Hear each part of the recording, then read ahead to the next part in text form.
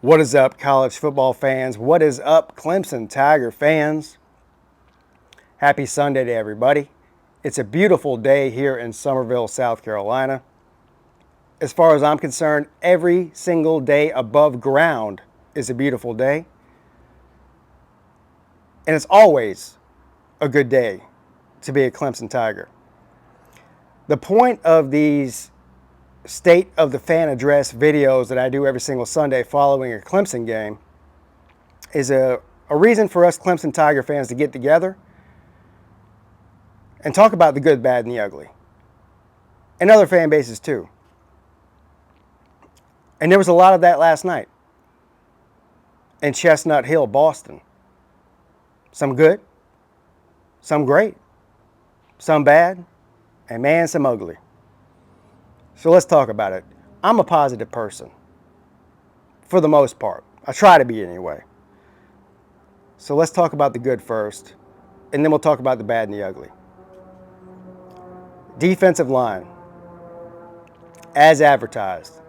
This is the defensive line that has kept Clemson afloat for the majority of the season in some close games. Now, last night's game wasn't particularly close. 31-3. A 28-point victory. But anybody who watched the game knows that most of that came in the second half when the offense finally came alive.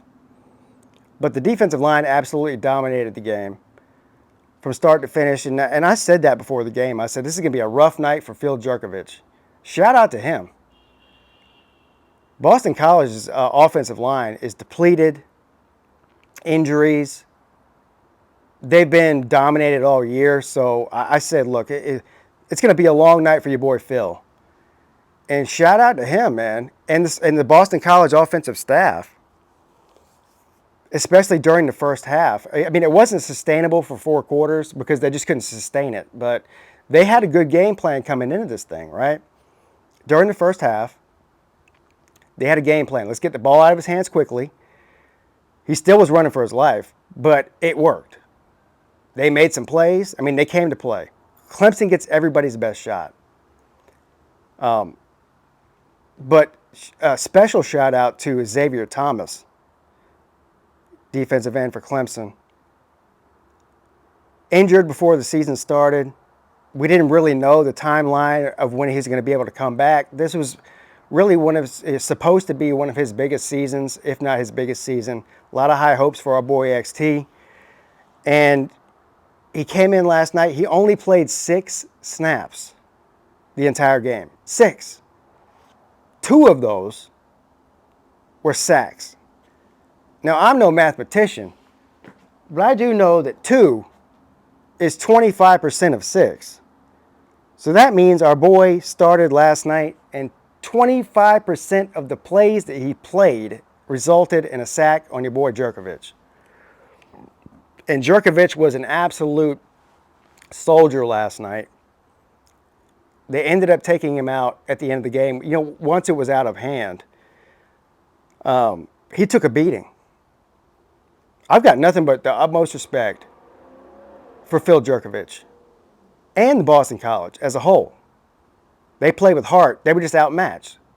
That's all it was. But let's move over to the offensive side of the ball, because this was a tale of 2 halves. And I feel like I'm starting to be like a broken record in these State of the Fan Address videos that I do, talking about the tale of 2 halves with Clemson. It's been the tale of 2 halves with Clemson a lot of times this season. We're halfway through the season now.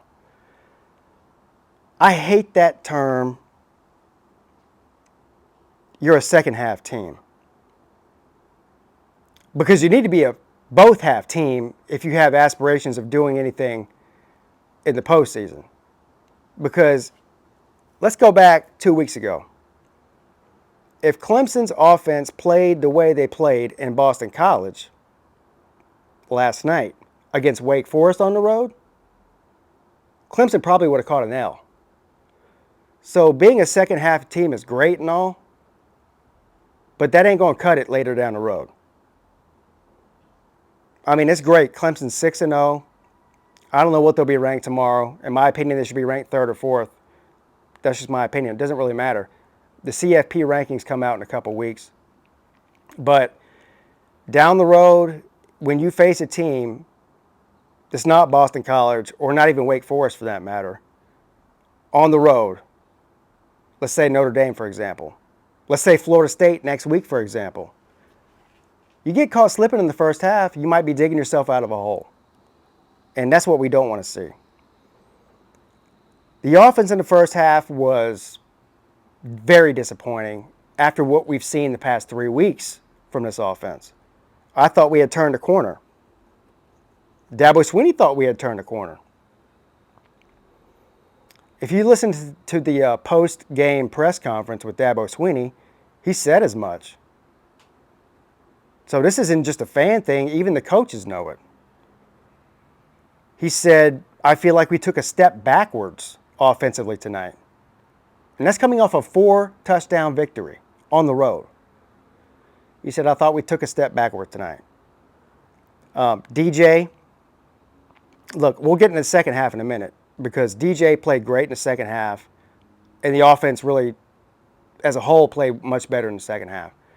But in the first half, I mean, just about anything you could imagine going wrong. A drop touchdown pass early in the game, missed field goal, special teams, pathetic and horrendous.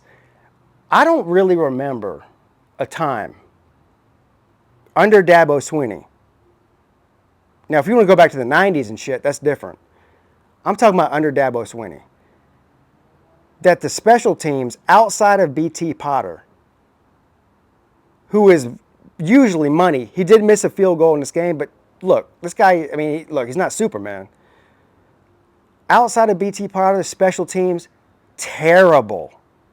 I mean, absolutely horrendous. 2 muffed punt returns. 2. Where you got your own players running into the receiver. Look, I'm a Will Taylor fan. He doesn't need to be returning kickoffs. And in my opinion, neither is Will Shipley. I know Shipley is a dynamic runner once he has the ball in his hand, and that's the reason they have him back there in the kick game. But we need Shipley more than ever right now in the run game, and I don't want to risk his health at all returning kicks. But Will Taylor, 2 muff punts. In my opinion, Antonio Williams needs to be the permanent guy. And look, they either need to kick to Antonio Williams or they need to kick it out of bounds. That's where I'm at with that. But offensively, they couldn't get anything going in the first half. Reminiscent of 2021, we saw some really off throws from DJ. They weren't running the ball a whole lot, which I still can't quite figure out why that was. Shipley spent a lot of time on the sideline. Of course, Kobe Pace, one of our 3 main backs, hurt. And unfortunately, it sounds like Kobe Pace is going to be out for another 3 or 4 weeks, which is unfortunate. But I would have liked to seen a heavier dose of Will Shipley. We really needed them in the run game. A lot of screen passes didn't work out. Some bad throws. I mean, it was just a bad performance offensively in the first half all around. And, of course, the defense kept them in the game. Second half, totally different story, right? DJ made some amazing throws. That throw to Ngata, what was that, 40 or 50-yard pass, touchdown? That was money. DJ last night was, I mean, in the second half, he put the team on his back, right? But sort of reminiscent of 2021, very inconsistent. Had some throws that were just like head scratchers. That interception that he threw was just a head scratcher. But then you saw a couple of dime pieces that let you know the quarterback that he really is. The one to Ngata was absolutely amazing. But didn't see a whole lot of a tight end involvement last night. I think Allen had 3 catches or something like that, but nothing like we saw the past few weeks. And that's really, in my opinion, the key to this offense is getting Beringstool and Allen involved a lot more, especially in the middle of the field. And that's where we've had a lot of success. And when the tight ends are involved and we're running the ball good, this offense is humming. And they're as good as any offense in the country.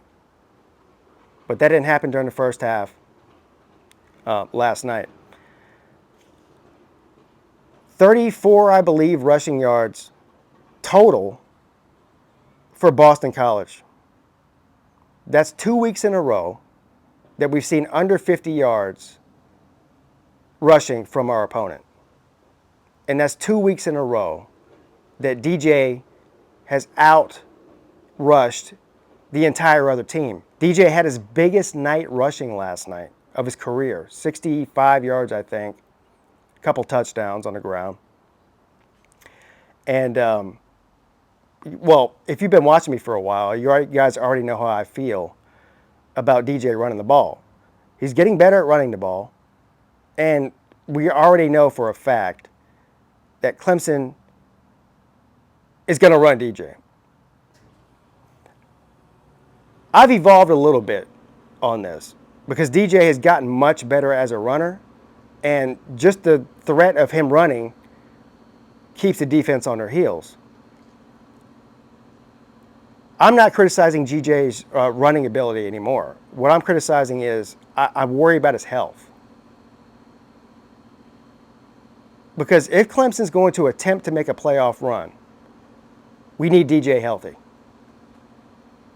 And running him 15 times a game, you're playing with house money. It's a gamble. So my only criticism as far as that goes is I'm worried about DJ's health, not his ability. But again, like this was a tale of two halves. Clemson got the job done.